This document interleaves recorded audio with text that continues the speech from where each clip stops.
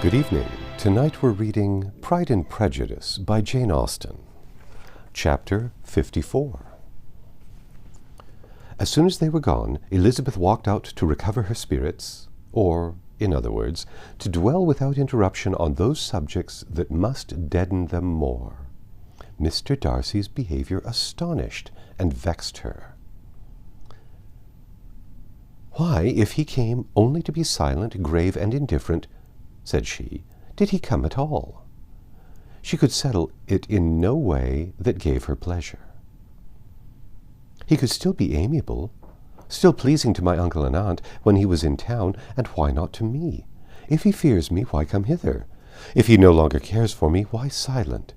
Teasing, teasing man, I will think no more about him. Her resolution was, for a short time, involuntarily kept by the approach of her sister, who joined her with a cheerful look, which showed her better satisfied with their visitors than Elizabeth. Now, said she, that this first meeting is over, I feel perfectly easy. I know my own strength, and I shall never be embarrassed again by his coming. I am glad he dines here on Tuesday. It will then be publicly seen that on both sides we met only as common and indifferent acquaintances. Yes, very indifferent indeed, said Elizabeth laughingly. Oh, Jane, take care.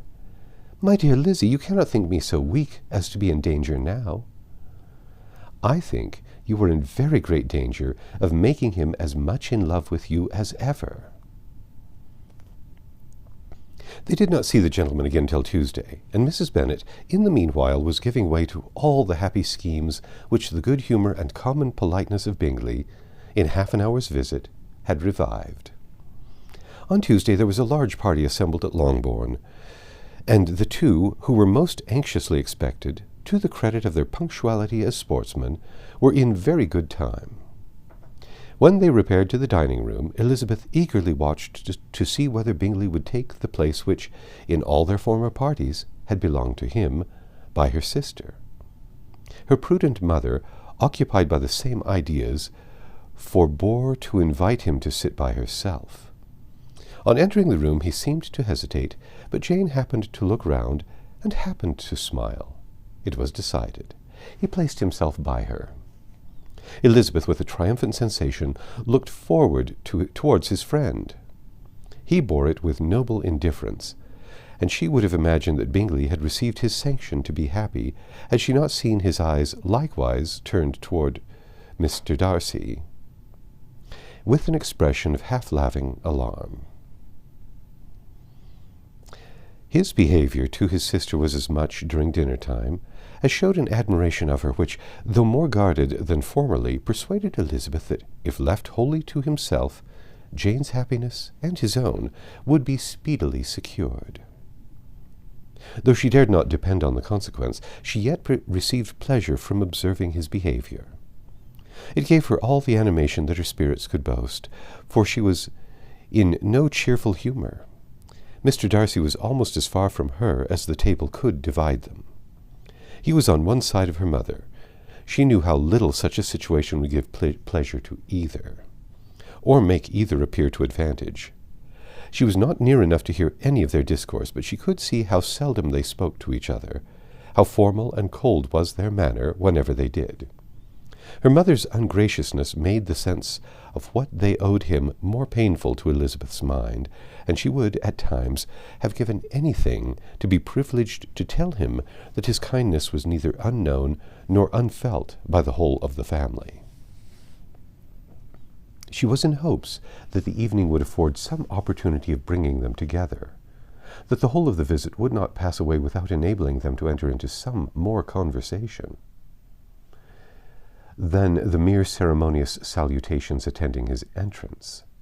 Anxious and uneasy, the period which passed in the drawing-room, before the gentlemen came, was wearisome and dull to a degree that almost made her uncivil. She looked forward to their entrance as the point on which all her chance of pleasure for the evening must depend. If he does not come to me then, said she, I shall give him up forever. The gentleman came, and she thought he looked as if he would have answered her hopes, but alas, the ladies crowded round the table where Miss Bennet was making tea and Elizabeth pouring out the coffee. In so close a confederacy, on the gentleman's approaching, one of the girls moved closer to her than ever and said in a whisper, "The men shan't come and part us. I am determined. We want none of them, do we?" Darcy had walked away to another part of the room. She followed him with her eyes, envied everyone to whom he spoke, and had scarcely patience enough to help anybody to coffee, and then was enraged against herself for being so silly. A man who has once been refused, how could I ever be foolish enough to expect a renewal of his love? Is there one among the sex who would not protest against such a weakness as a second proposal to the same woman? There is no indignity so abhorrent to their feelings. She was a little revived, however, by his bringing back his coffee-cup himself, and she seized the opportunity of saying, "Is your sister at Pemberley still?" "Yes, she will remain there till Christmas." "And quite alone? Have all her friends left her?" "Mrs. Annesley is with her. The others have gone to Scarborough these 3 weeks." She could think of nothing more to say, but if he wished to converse with her, he might have better success. He stood by her, however, for some minutes, in silence, and, at last, on the young lady's whispering to Elizabeth again, he walked away. When the tea things were removed and the card tables placed, the ladies all rose, and Elizabeth was then hoping to be soon joined by him, when all her views were overthrown by seeing him fall a victim to her mother's rapacity for whist players, and in a few moments after seated with the rest of the party. She now lost every expectation of pleasure. They were confined for the evening at different tables, and she had nothing to hope but that his eyes were so often turned towards her side of the room as to make him play as unsuccessfully as herself. Mrs. Bennet had designed to keep the 2 Netherfield gentlemen to supper, but their carriage was unluckily ordered before any of the others, and she had no opportunity of detaining them. "Well, girls," said she, as soon as they were left to themselves, "what say you to the day? I think everything has passed off uncommonly well, I assure you. The dinner was as well dressed as any I ever saw. The venison was roasted to a turn, and everybody said they never saw so fat a haunch.